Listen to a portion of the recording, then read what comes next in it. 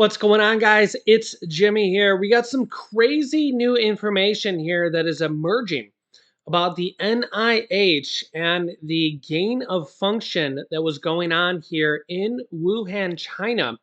And it's related to Dr. Fauci, who formerly worked for the US government in relation to what he knew about the virus, the C-19 virus, and what may have been covered up about the virus's origins.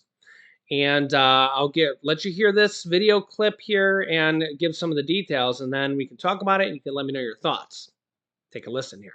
Newly unredacted emails from Dr. Anthony Fauci suggest that he was not sold on the natural COVID origin theory, despite what he was telling the public. Former State Department investigator claiming Fauci was part of a cover-up. Griff Jenkins joins us live with more Live in the Flesh. We always get big smiles on our face when we see Griff here. How you doing, brother? That's because I drink Coors Light when the sun comes up. But exactly let me digress. Good morning, guys. Paging Dr. Fauci, the House Select Committee on COVID has some questions for you. Chief among them, did COVID come from a lab leak? Because it appears in this latest revelation, Fauci acknowledges in private that gain-of-function research was underway in that lab in Wuhan, China. That's according to this unredacted email from February of 2020. And credit here goes to Martha McCallum's producers on the story who dug into this. Now take a look at these two images of the same email. One totally redacted, produced from a previous FOIA request. The other from the committee revealing what Fauci wrote to his fellow scientists, saying, quote, "That would be most unusual to have evolved naturally in the bats, and there was a suspicion that this mutation was intentionally inserted." Now, one source says this information was not classified, but instead hidden because it made Fauci look bad since he knew of the gain of function. And Dr. Sapphire, you can appreciate this. The source also says Fauci, who oversaw the biodefense program at NIH, should have been aware that the Wuhan lab had been determined by the State Department to have, quote, inadequate safety controls. Now, Dr. David Asher, who is part of the State Department's investigation into COVID's origins, says this was a cover-up. Watch. Now they're basically saying that, they had that thesis all the way up to just before the publication, basically, of their paper. And it was essentially rejected by Fauci and by Nature Medicine itself, which is also complicit. The cover-up is so much more extensive, and I can only imagine what's going to come out in the coming weeks as more of Fauci's internal communications are uncovered. And I think he's right. More may be coming, guys. The committee chaired by Dr. Brad Winstrup says this is far from over. Pete, Will, Nicole? Right. Thank you so much, Griff. Listening to some of this it's infuriating, borderline disgusting, in the sense that anyone who in 2020 even raised the question of the potential origin of this virus were deemed a charlatan. I was criticized across multiple media outlets saying that I was a conspiracy theorist, and it was just upsetting. And even in my book, Panic Attack, which I wrote about COVID, I have an entire chapter talking about why these mutations don't necessarily make sense happening in nature. And now you actually see Dr. Fauci agreed with me, yet I was heavily criticized. I'd like an apology. You should. And as Will, you discussed, I mean, we're pining for accountability, yet you wonder where it goes. So what do? Drag Fauci in front of Congress again? He testifies, he denies things, he clashes with Rand Paul again, and then what? He's fawned over by the rest of the media despite the evidence that's piling up about him. When you look at the beginning and origins of COVID, he had legitimate government and business interests in what was going on at the Wuhan Institute of Virology. He didn't want that to be exposed for whatever reason, because of that research, because of the funding, because of people he was connected to, because of his relationship with China. We don't know, but he quickly realized this is a problem, and whatever the real story is needs to be pivoted to this is a natural origins theory. And getting accountability for that feels nearly impossible. It just had such a drastic impact on all of our lives. I said in the past hour that I'm willing to be creative in seeking accountability. What I mean by that, Pete, is this: like we get a little bit calloused to politicians that lie to us because it happens so often. We've been inundated with lies for the past 3 years. Those lies having real, dramatic impacts on our lives. But if in fact he did have any kind of fiduciary interest in what was going on in Wuhan. If I were a prosecutor, I would be looking at any potential charge for anyone involved in the depths, the breadth of this fraud. So, I think it's crazy how we're learning so much about the Wuhan lab and the leak out of there, which is the most likely scenario at this point. Of course, China will, likely never tell us anything or very little, and we're still learning stuff here today in 2023, years later. Isn't that insane? Ridiculous?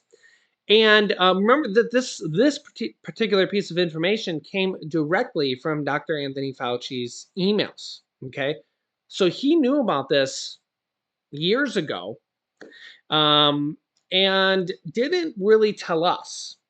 I mean, he did actually through the emails, but we didn't know about it until just here now. So, you can let me know your thoughts on this. It is a concern, and imagine if we had known about it before. I mean, I don't know how much it would have changed. It's not like we can hold China accountable, can we? What could we really do? Because of course, China, they're surely not gonna take responsibility for it.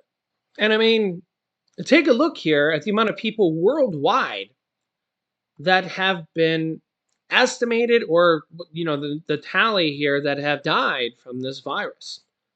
Just under 7 million people.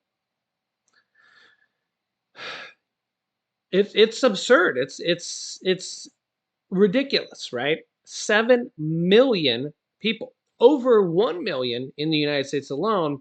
And this does not really count China, because China has reported near zero. I mean, it's very, very little. And remember, China has like 4 times the population of the United States. So really, if the United States has reported over 1 million, China should have 4+ million people that have passed from this virus, you know? So really, that number could be over 10 million people that have died from this virus. Yeah. And here's the thing is that this isn't even the world's deadliest virus. I know, it's crazy, but take a look.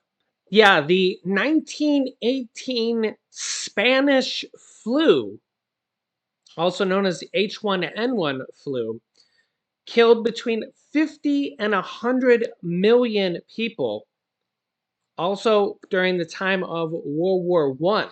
They actually say that this ended World War I because more people were dying from this than the war.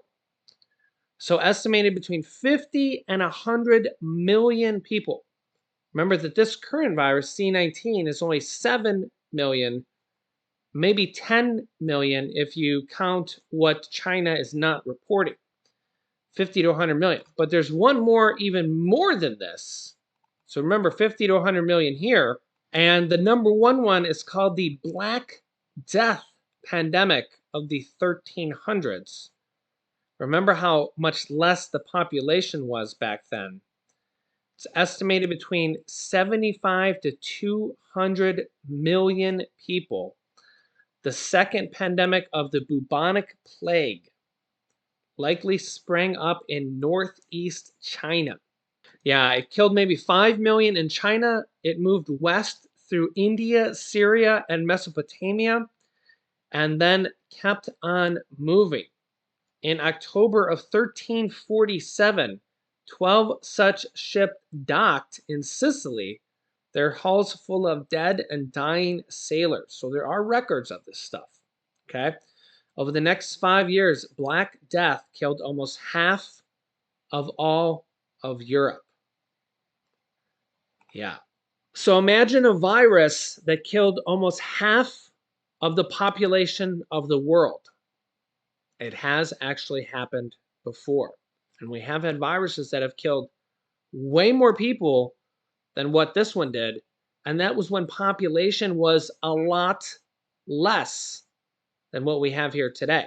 So we have actually had much, much deadlier pandemics and viruses than the one that has done maybe 7 to 10 million. So let me know your thoughts here in the comments. Do you think we'll have a much worse one in any of our lifetimes? Yeah, I'll keep you up to date here with everything happening here on a daily basis that you need to know about. If you haven't yet, click the subscribe button down below and the bell icon so you don't miss out on any new videos. Thanks for liking and sharing these videos. I'll keep you up to date here with everything you need to know about. Click here to see our energy grid crisis happening around the country, or click here to see curfews that are happening right now. Click on one of those videos next. Thanks for watching, guys, and I'll see you in the next video.